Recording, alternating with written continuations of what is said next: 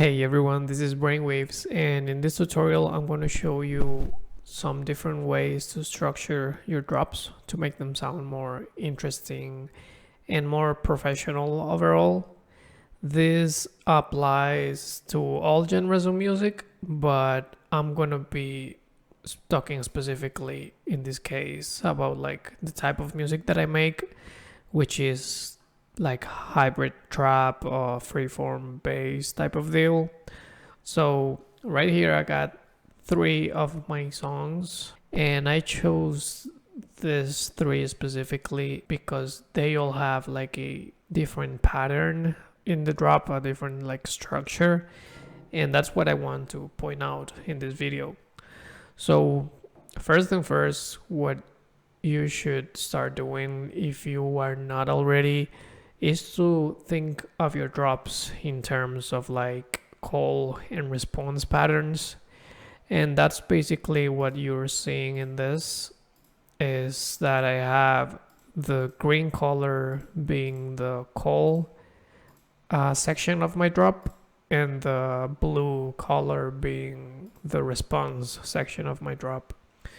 And I found that over the years, every time that I apply the call and response type of mentality to my drops, this came to be more professional sounding. Once I got like my structure down in terms of call and response, that gets a lot of the thinking out of the way for my drops, because I already know what's supposed to be happening on every section. So let's start with this first song. This is Fallout, and I'm gonna start with this one because it's the one that has like I think the most straightforward call and response pattern, and basically it's like I'm gonna use the loop bracketing here just to make it easier.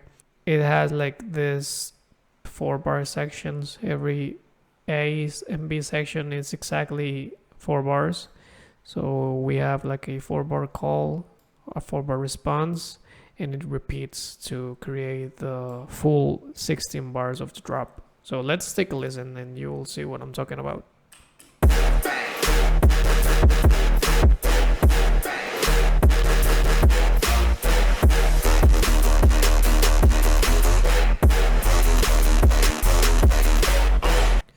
Okay. So let's stay on this first half of the drop just for now. I want you to notice how these 2 sections are similar, but they have their own distinctions. So this is basically the call, or the A section is just the brass sound with the melody.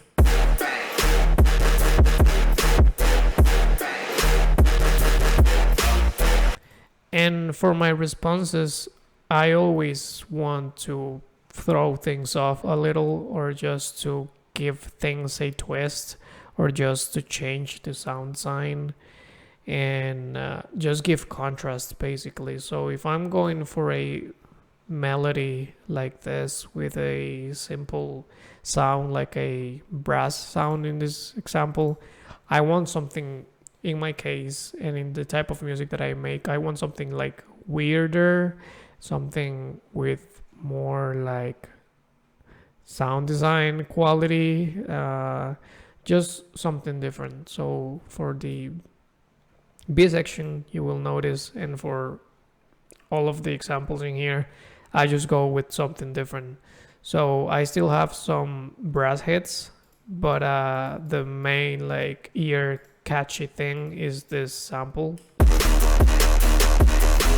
which is, is different than the brass. It gives like that contrast that I'm talking about.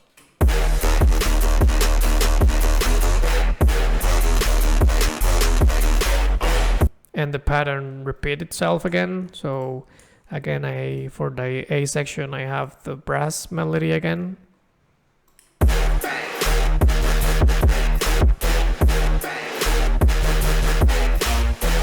And for the B section, I kind of keep the same structure of the previous B section or response. I still have the brass hits, but I'm going with a different type of sound.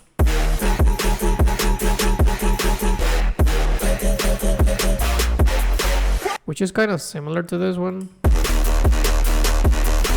in its movement, but the sound design of it it's completely different, and that's what I want.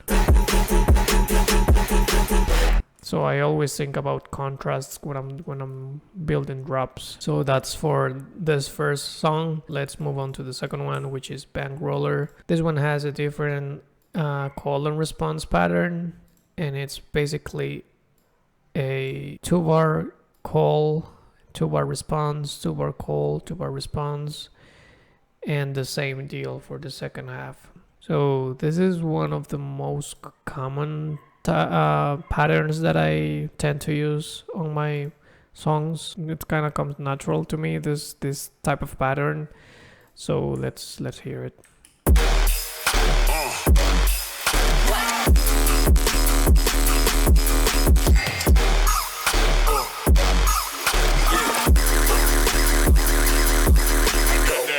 So A sections or calls are pretty similar to Fallout in the sense that it's like a brass hit melody. And in the responses I got like this sustain notes and repeat.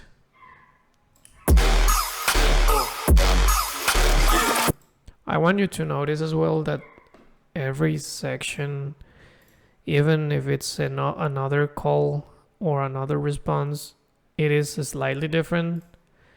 Or I mean, like the I change the sound design a bit, or I add more elements. For example, in here I'm adding like those offbeat hits that are not present at the beginning.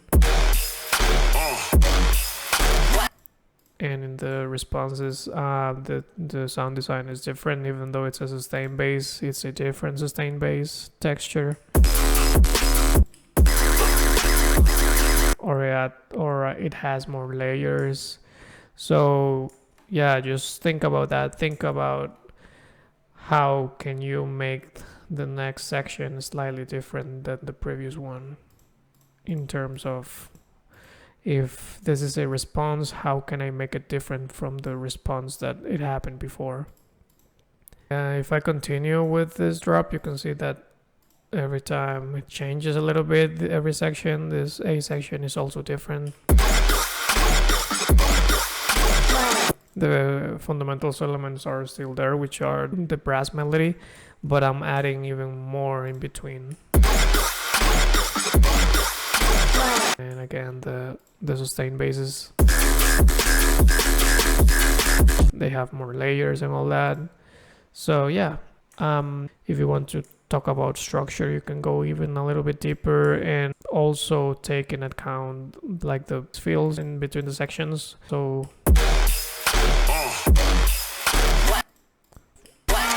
for example, in here, this I would take it as a fill. It's part of the A section, but you can see that by this part the brass stopped and there is another sound that kind of leads into the B section. Same in here at the very end. We have that kind of Foley and the vocal and the drum fill. So you can go a little bit more meticulous with this. I would suggest you to take songs that you like and analyze the drop pattern that they have, and analyze where are the A sections and the bass fills or fills, where are the B sections. By doing that, you would kind of start looking through the matrix. Basically, you would start like dissecting how they did what they did. So yeah, it's a pretty cool thing that I like to do. Let's move on to the last one, which is my song Dirty. This one kind of has like a more irregular pattern. The last two examples, you can see that the A section and the B section are exactly the same size. So in here is 4 and 4, In here is 2 and 2. In this one, the pattern is kind of, at least for the first half of the drop, because the second half kind of goes into a more symmetric type of structure. But for the first half, which is the one that I'm gonna focus on, it has like a short A section and a longer B section.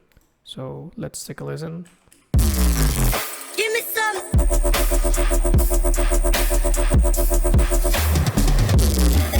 Give me six.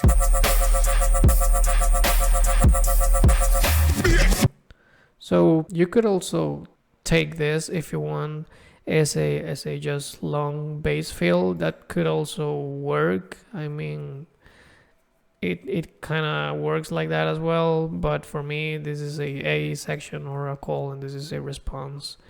So yeah, you can see that in this example the response is 2.3 bars long, and the call is only 1.1 bars long. So that's another like pattern example that you could use. Make a short call and a longer response pattern. I could also, as I did with the last example, I could go further into dissecting this more. Give me some. I could take this vocal as a fill, and in here this part is also like a drum fill only. It doesn't have like the synths. Now you can look better what is happening. Give me some.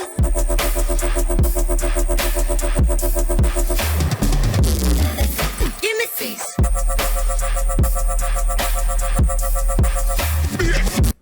So yeah, that's basically it. Just what I want you to take from this tutorial is to start looking at your drops in terms of call and response, analyze songs that you like and see how they're structured, and kind of apply this to your music if you haven't already, because since I started doing this, I have noticed like a great improvement in my drop writing. So yeah, thank you very much for watching. I appreciate it, and I hope I see you next time. I opened a Discord server if you want to join. Link is below. I just want to build a community for artists to help each other and share stuff. And I'm also doing feedback live streams every Tuesday. So tune in, send your songs. The submission form is also on the Discord. So if you want to submit, please join the Discord. And yeah, I hope I see you there. Thank you again. Please leave a like, comment, subscribe, and I'll see you around.